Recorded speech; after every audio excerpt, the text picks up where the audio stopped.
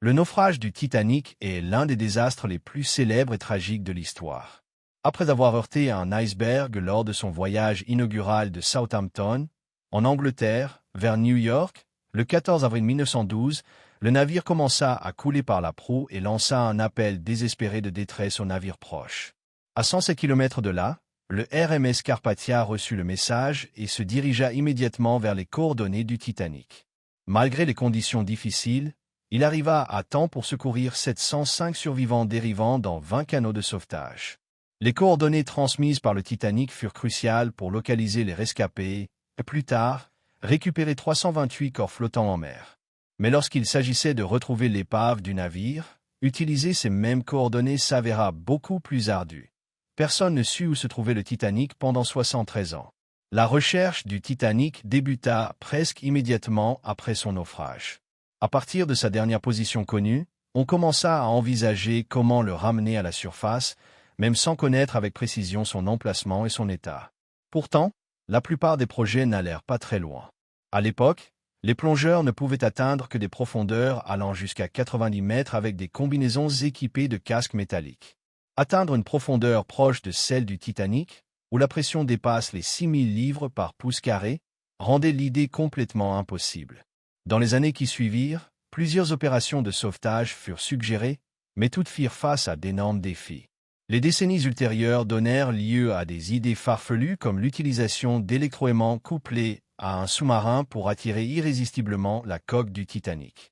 D'autres proposèrent de soulever le navire en remplissant sa coque de balles de ping-pong ou en enveloppant l'épave dans un iceberg. Un peu ironique, je sais. Ces idées furent rapidement abandonnées comme peu pratiques. Même si elles avaient été réalisables, l'emplacement exact du naufrage restait inconnu. Plus de 40 ans plus tard, avec d'importants progrès technologiques comme le développement de sous-marins et du sonar, la recherche de l'épave du Titanic reprit de la vigueur. En 1953, Risdon Beadley, fondateur d'une entreprise de sauvetage maritime, mena une expédition pour localiser le navire. Il commença par lancer des explosifs sous-marins, espérant générer des ondes sonores ou échos détectables par sonar pour cartographier le fond océanique et localiser précisément l'épave. Bien que novateur pour l'époque, ce procédé se révéla trop rudimentaire pour réussir. En 1977, 25 ans après l'expédition infructueuse de Beadley, Robert Ballard, géologue marin à la Woods Hole Oceanographic Institution, qui nourrissait depuis longtemps l'ambition de retrouver le Titanic, décida de relever le défi. Après avoir fondé l'entreprise Seasonic International, grâce à des investisseurs partageant sa vision, Ballard lança sa première tentative.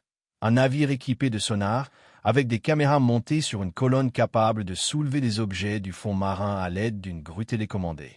Malheureusement, la mission se conclut par un échec lorsque la colonne se rompit, entraînant la perte de 900 mètres de tuyauterie et d'équipements électroniques d'une valeur de 600 000 $ au fond de l'océan. Quelques années plus tard, Jack Grimm, un excentrique homme d'affaires pétrolier du Texas, décida de tenter sa chance. Grimm était certainement l'une des figures les plus singulières dans la quête de l'épave. Ce multimillionnaire autodidacte avait déjà financé des recherches sur l'Arche de Noé, le monstre du Loch Ness et même Bigfoot. Il ne fut donc pas surpris quand il annonça son objectif ambitieux, découvrir le légendaire Titanic. Poussé par sa détermination, Grimm obtint des financements de ses amis avec qui il jouait au poker. Il reçut aussi le soutien scientifique de l'Université de Columbia, en échange de 330 000 $ pour l'achat d'un sonar à balayage latéral, garantissant 5 ans d'accès à l'équipement et au soutien de techniciens spécialisés. Connu pour sa personnalité extravagante, Grimm surprit ses scientifiques en embarquant un singe nommé Titan, prétendument dressé pour pointer sur une carte l'endroit où se trouvait le Titanic. Les scientifiques ne prirent pas cela à la légère et posèrent un ultimatum, le singe ou nous.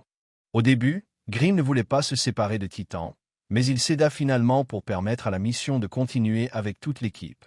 Le 17 juillet 1980, Grimm et son équipe quittèrent Port Everglades, en Floride, pour se diriger vers la dernière localisation connue du Titanic, les coordonnées exactes du dernier signal de détresse envoyé à 2h20, avant que le navire ne sombre complètement. Cependant, même en disposant de ces coordonnées, l'équipe dut considérablement élargir la zone de recherche. L'appel de détresse avait été émis 2 heures avant le naufrage total, laissant supposer que le Titanic pouvait avoir dérivé sous l'effet de courants océaniques importants. En effet, La nuit du naufrage, les courants dans cette partie de l'Atlantique Nord allaient vers le sud. L'iceberg ayant percuté le navire avait aussi dérivé vers le sud poussé par le courant du Labrador, venant du Groenland. En conséquence, localiser l'épave s'avéra un défi beaucoup plus complexe qu'on ne l'avait prévu, nécessitant une zone d'exploration beaucoup plus vaste.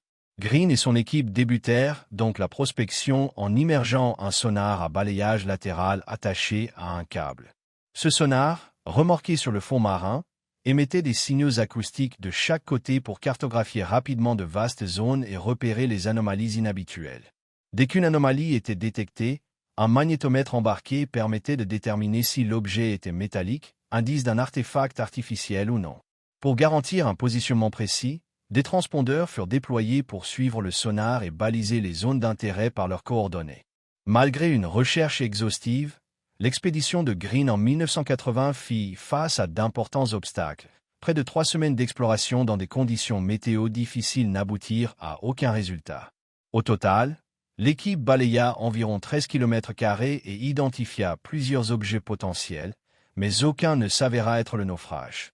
À mesure que la quête poursuivit sans succès, Green et son équipe commencèrent à remettre en question la précision des dernières coordonnées enregistrées du Titanic. Ils analysèrent les événements post-désastre, notamment les lieux où les survivants avaient été secourus, quelques kilomètres à l'est de la position du signal de détresse. Cette divergence alimenta une théorie selon laquelle la position rapportée du navire aurait pu être erronée, suggérant que le Carpathia aurait retrouvé les canaux de survie plus par hasard que par navigation directe vers eux. Suite à cela, Green planifia une nouvelle expédition, élargissant la zone de recherche pour tenir compte d'un possible déplacement après l'émission du dernier signal. Équipé d'une technologie améliorée, incluant un sonar, script Deep Tow, bien plus avancé, l'équipe se sentait confiante dans sa capacité à localiser le Titanic. Malgré le mauvais temps et plusieurs pannes, la prospection continua. 13 des 14 zones explorées se révélèrent être des formations naturelles du fond. Le dernier jour de l'expédition, alors que le temps pressait, l'équipe fit une ultime tentative avec une caméra numérique montée sur un traîneau et remorquée juste au-dessus du fond marin. En examinant les images, elles repérèrent une forme étrange, une hélice. Green pensa alors avoir trouvé au moins une pièce du Titanic.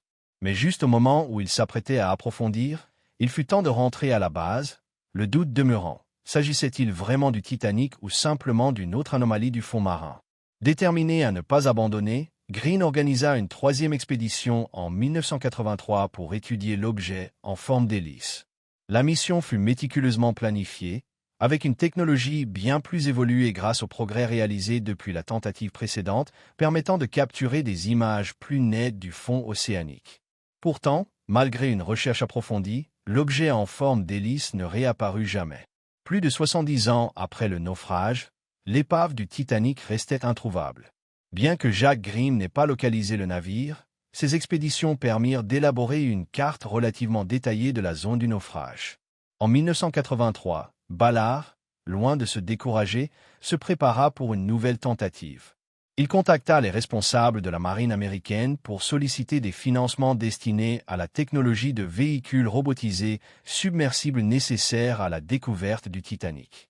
La marine, intéressée par la technologie, voyait aussi une couverture parfaite pour inspecter 2 sous-marins coulés datant de la guerre froide, l'USS Treasure et l'USS Scorpion, craignant que des restes nucléaires ou secrets ne deviennent accessibles aux soviétiques.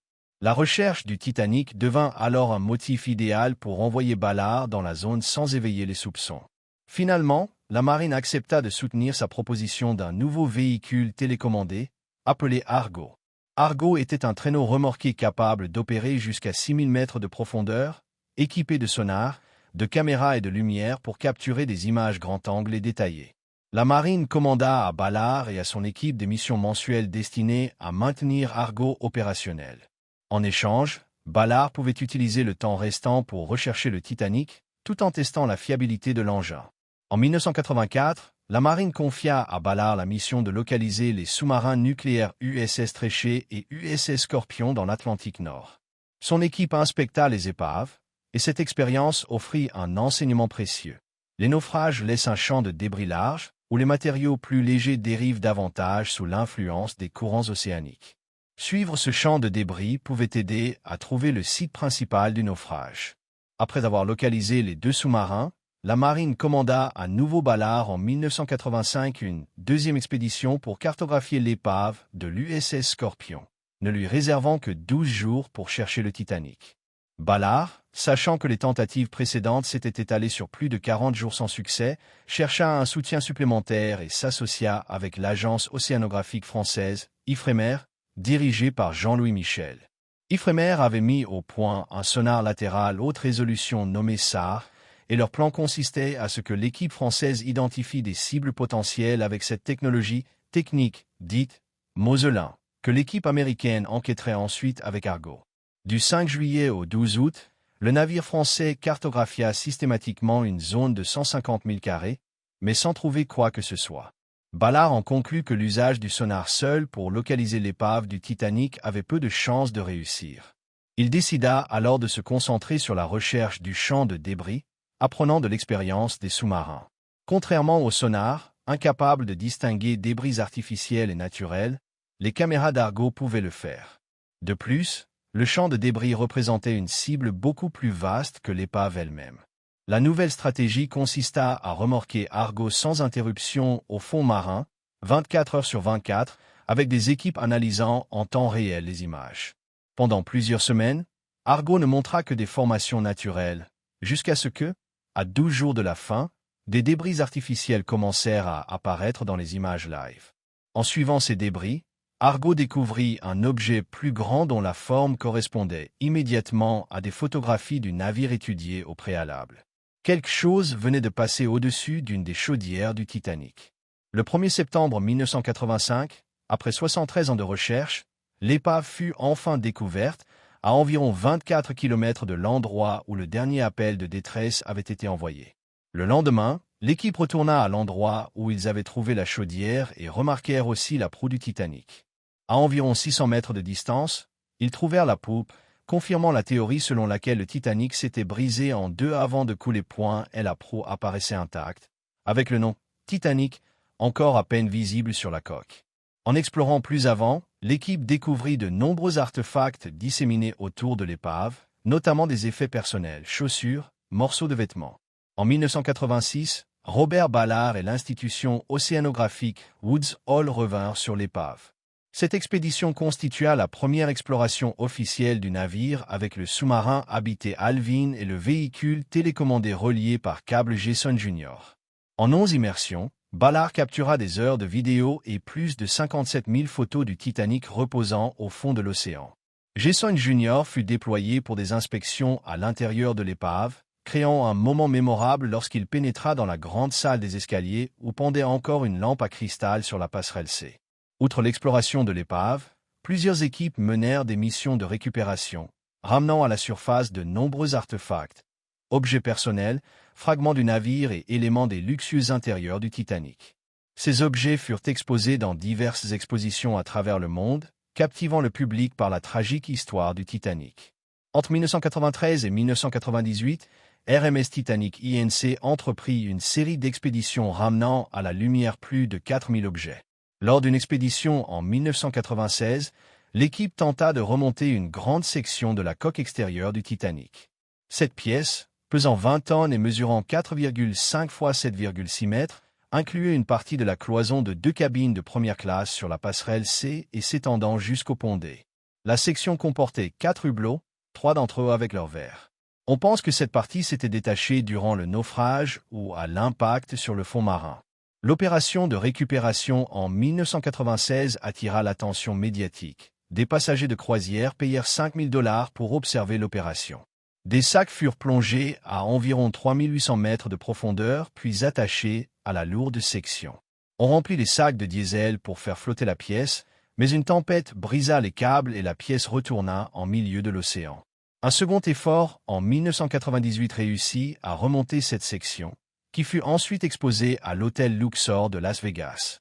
Cette récupération suscita la controverse. Historiens et scientifiques critiquèrent cet acte, le qualifiant de « piller une tombe ». Dans les années suivantes, d'autres missions furent lancées pour étudier plus en détail le Titanic.